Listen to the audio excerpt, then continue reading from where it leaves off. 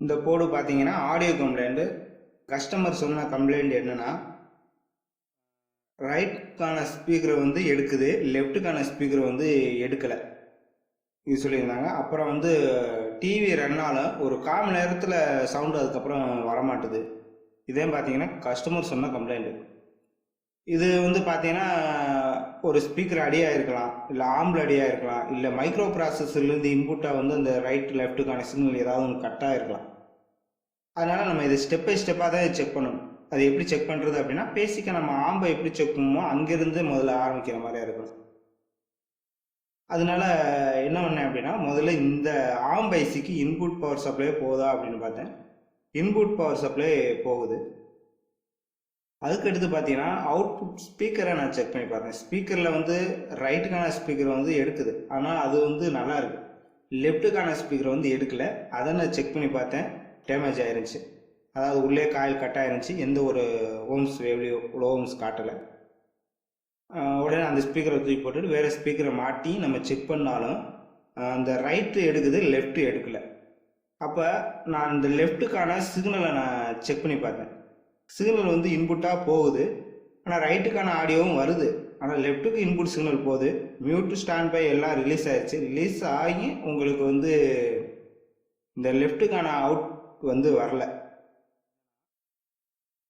அதுக்கு காரணம் என்னென்னா, இந்த ஆம்புக்குள்ளே வந்து பார்த்தீங்கன்னா ஸ்டீரியோ டைப் வச்சுருப்பாங்க. அதாவது லெஃப்ட்டு ரைட்டு அப்படிங்கிறத ஆம் பண்ணுறதுக்கு தனித்தனியான ஆம்பு ஒரே ஐசி பேக்கேஜாக ரெடி பண்ணியிருக்காங்க.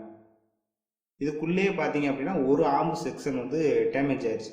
இப்போ நான் இந்த ஐசியை வந்து தூக்கி போட்டு வேறு இன்னொரு ஐசி வந்து இந்த இடத்துல வந்து பொருத்திட்டேன்.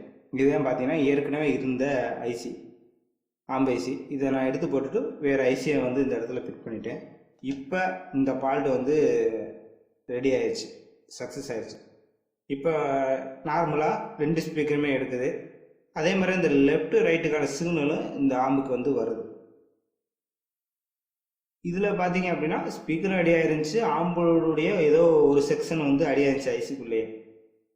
இதிலேருந்து உங்களுக்கு சிக்னல் வராமல் இருந்தாலும் உங்களுக்கு ஆம்பு தான் அப்படின்னு நம்ம தீர்மானம் பண்ணிட முடியாது இல்லையா? அதனால தான் நம்ம ஸ்டெப் பை ஸ்டெப்பாக செக் பண்ணி எது போச்சோ கரெக்டாக அதை மட்டும் ஜெஸ்ட் பண்ணி அதை மட்டும் தூக்கி போட்டு மாற்றிட்டோம் அப்படின்னா உங்களுக்கு வந்து காஸ்ட்டு வந்து ரொம்ப குறையும். இல்லை நம்ம ஒவ்வொன்றா அதை மாற்றி மாற்றி பார்த்து அந்த மாதிரி சர்வீஸ் பண்ணுறதுங்கிறது உங்களுக்கு காஸ்ட்டும் அதிகமாகும், டைம் வேஸ்ட்டு, பொறுமை வந்து எல்லையை மீறிடும். பொதுவாக ஒரு ஆம்பை நீங்கள் செக் பண்ணணும் அப்படின்னா அந்த ஆம்புக்கு வந்து அவுட்புட்டில் இருக்கிற ரெண்டு ஸ்பீக்கர் நல்லா இருக்கா, இல்லை சிங்கிள் ஸ்பீக்கர் நல்லா இருக்கா அப்படின்னு பாருங்கள். அதுக்கு அடுத்து அந்த ஆம்பை நீங்கள் செக் பண்ணணும் அப்படின்னா முதல்ல இன்புட் சப்ளை அதுக்கு கொடுக்கணும். கொடுத்துட்டு அதுக்கு அடுத்து இன்புட் சிக்னலையும் கொடுக்கணும்.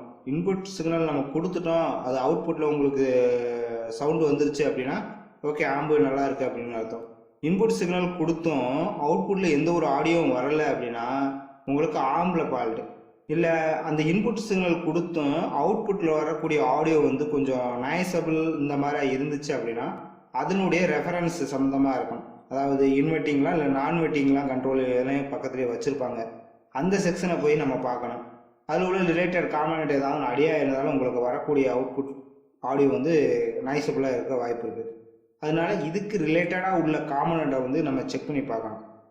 ஜிம்மி போனால் அதிகமான இதில் இருக்காது. ரெசிஸ்டர் இருக்க போது, கெப்பாசிட்டர் இருக்க போது, இண்டக்டர் இருக்க போது, 3 காம்பனண்ட் தான் இருக்க போகுது இதில். அந்த 3 காம்பனண்ட்டும் எப்படி செக் பண்ணுறதுன்னு உங்களுக்கு தெரியும். அதை வச்சு நம்ம அந்த இடத்துல பேசிக்காக செக் பண்ணிடலாம். செக் பண்ணிவிட்டு சரி இதான் போச்சு அப்படின்னு கன்ஃபார்ம் பண்ணுறதுக்கு தோதாக இருக்கும்.